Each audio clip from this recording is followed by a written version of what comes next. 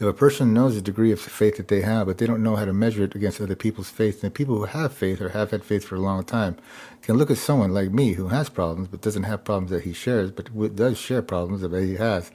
I'm an addict who is not an active addict, who is an addict in a recovery program, who has no real recognition as being an addict as far as I know.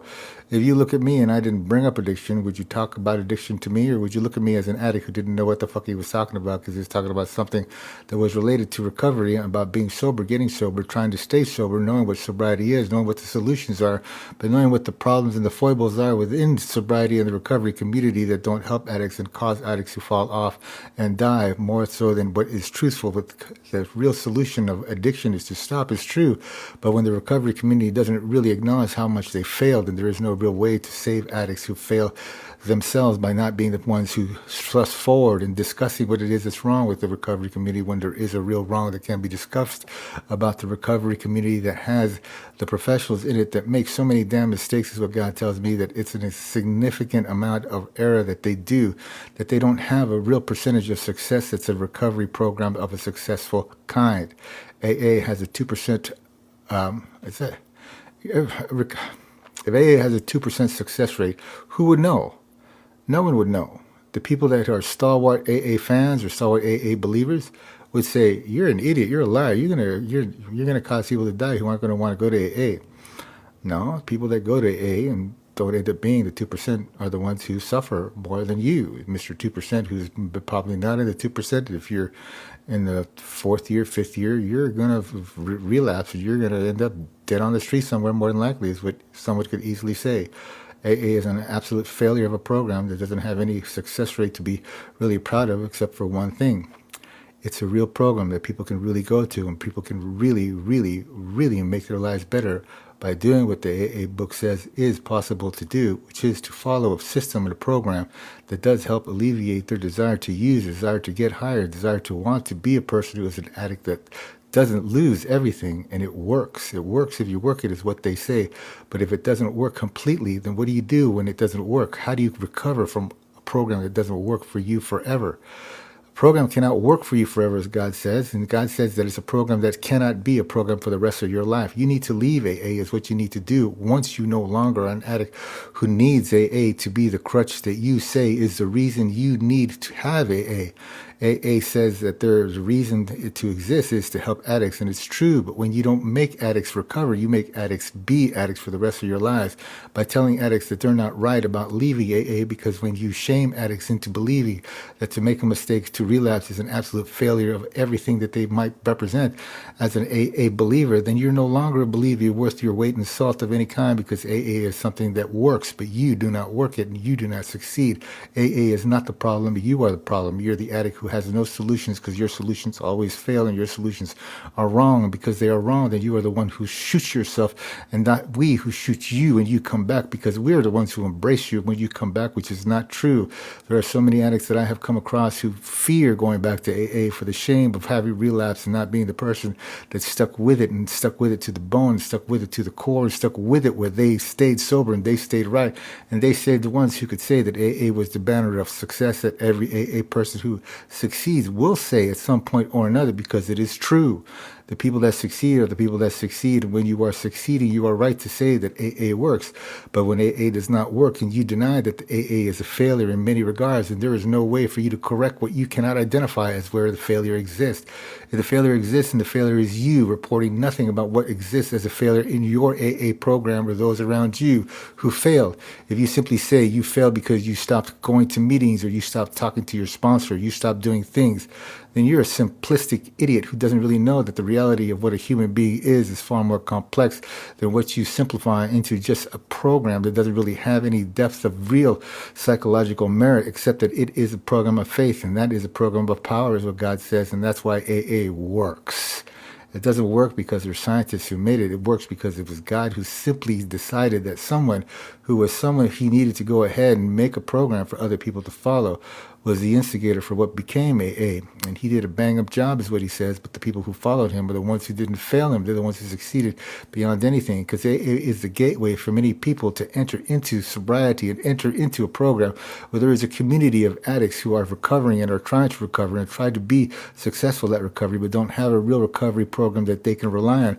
Because when they're the ones who go in and out of the rooms and they aren't there forever, there are a few real stalwarts that sit there, long-timers, full-timers, really long-time sobriety seekers and really long-time sobriety makers who make the AA program a success. Isn't true.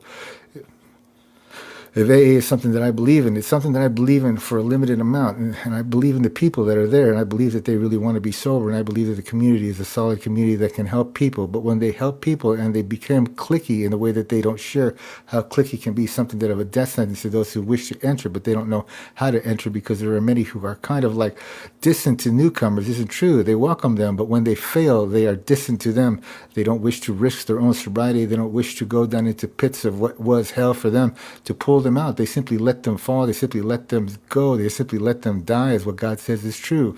And when people die in a recovery and people die in sobriety and not being able to maintain sobriety, it's a stigma that people don't really know that AA can carry as a place where people go to die as well as to succeed and as well as to recover and have full lives. If you're a person that loves AA and you don't like what I'm saying, then I'm happy that you're here to hear me say that I don't like AA to a degree that AA is, but I love AA to the degree that AA is too. It has so much worth and so much that's meritable to say that is worth its weight in salt. AAers are some of the most powerful and most impressive people to me. Isn't true. Many times AAers are just people, and people are just people, and that's what we are. We're just people. If you're an AAer who succeeds, who's done the 12 steps, and I've never done it, I've gone to step 5, and then I got sick of it, and I said, I don't want to do this shit, right?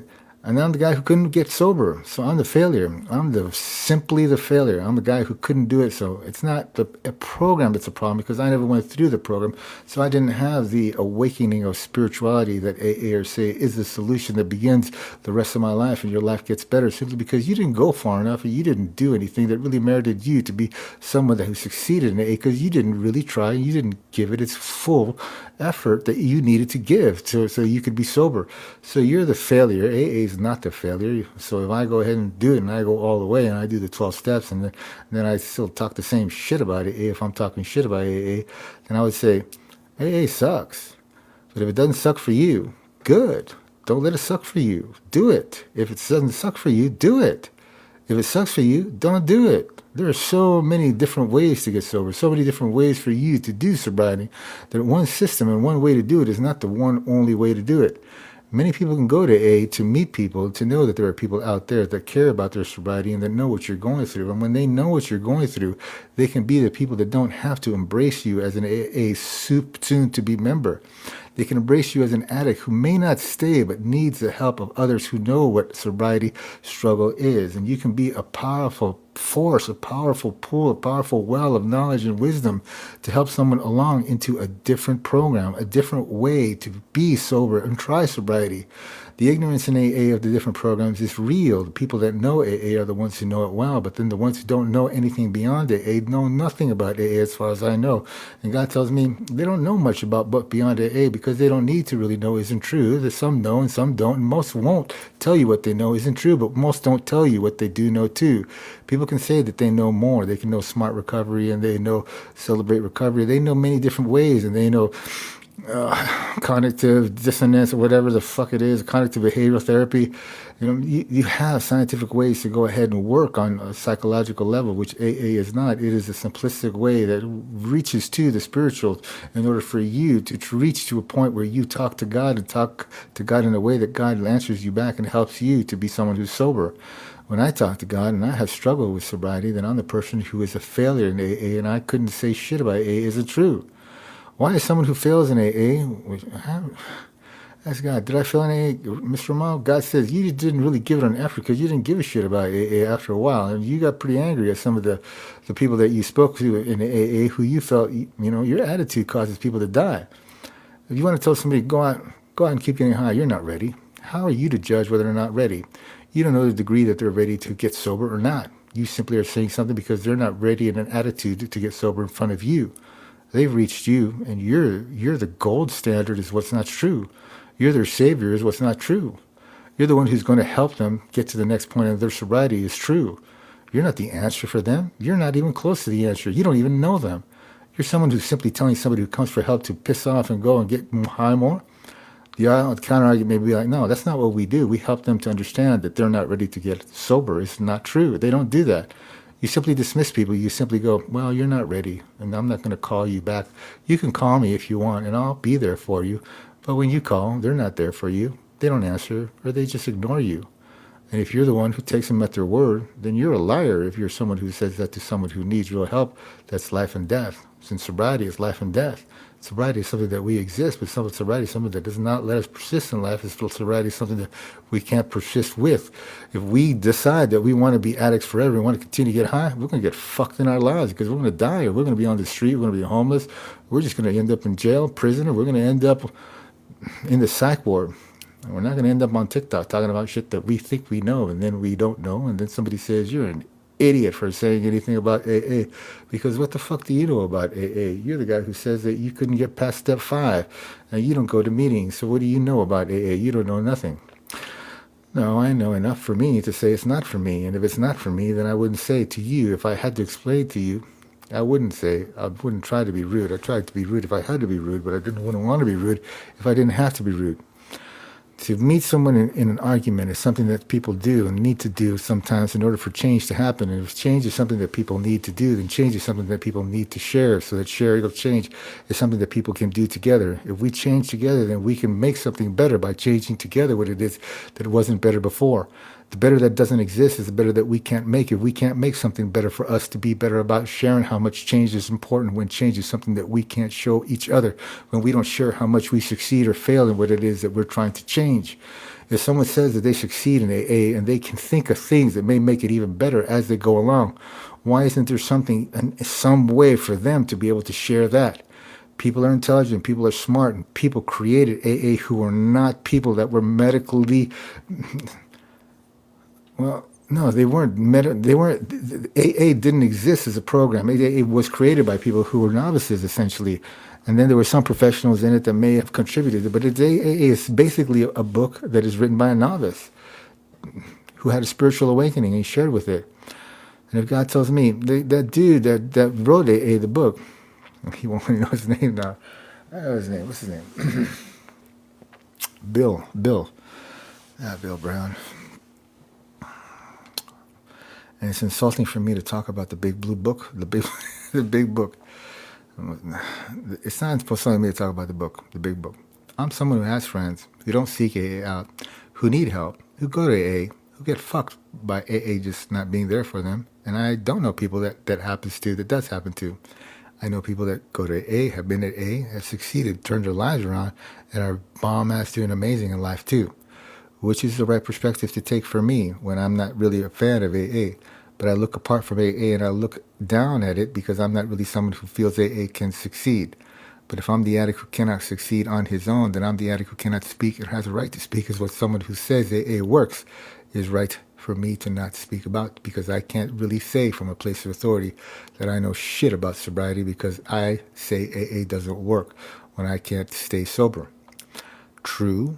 But if I don't give a shit about what I say to you because I don't really care what you say to me, then how can I have a discussion if you don't speak to me on anything about AA that I wouldn't know anything about anyways?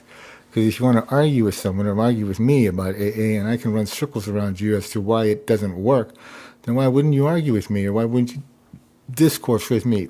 I'm a novice like you, but if I can out-novice you by spellbinding you into a direction that makes you think about AA as a potential starting point for many people to make a progress in their recovery, in their sobriety, then AA is a great gateway for many people to begin with. It is not the end answer to all.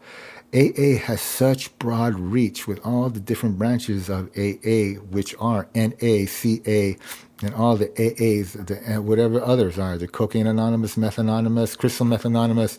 There's others too, and I don't know what all of them are, but there are so many places that people can find meetings. And it's an amazing way that people can enter into sobriety and immediately on the same day meet other people who will welcome them and who will cheer them and encourage them if they say, I want help. They won't know what to do with them. It's true. They're all very welcoming. It's true. And they are sincere in wanting to care about a fellow human addict who they may be fresh as well. They may be a weekend of sobriety, a month, a year, 10 years. They're all welcoming. They're all in the same fight, which is for their life. And the ones who have had sobriety longer are the ones who don't know how much they really want sobriety isn't true. They're the ones who may have the least interest in sobriety isn't true. They may be the ones who want sobriety the most because they've kept sobriety as their call longer than anybody else in that particular room that you may go to. And you may be someone who meets a long timer. I think that's what it's called, an old timer. An old timer who has sobriety for many years. And he can be the one who simply says, that guy you saw on TikTok talking shit about AA, yeah, he doesn't know what he's talking about. And that's the end of my merit in his existence. It's true. And it may be the end of my merit in anybody else's discussion as to someone who says, yeah, watch him, or don't watch him, or see what he says. He says some things that are valuable, or some things that might be true. But if somebody simply says, yeah, I watched 2 minutes of him talking shit about AA, but I didn't hear him talk about the rest of his 30-minute, 40-minute broadcast, which maybe 15, 20 minutes of it was about AA. I watched 2 minutes and, yeah, he's an idiot. He doesn't know shit about anything. And if I've said stupid things about AA the entire time, then you're wrong to judge me that way because you didn't listen to everything I said.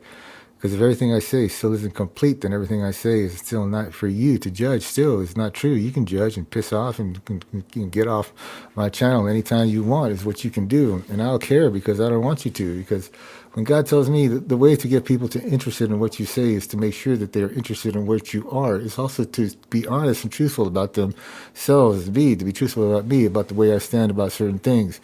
And if I tell you that I stand in a certain way about certain things and I don't like the way that other people stand in a certain way on other things, why is that wrong for me to say?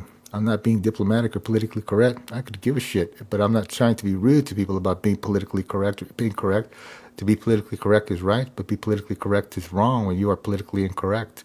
And the thing that you say you're politically correct about because you're not sincere about what you say you're politically correct about.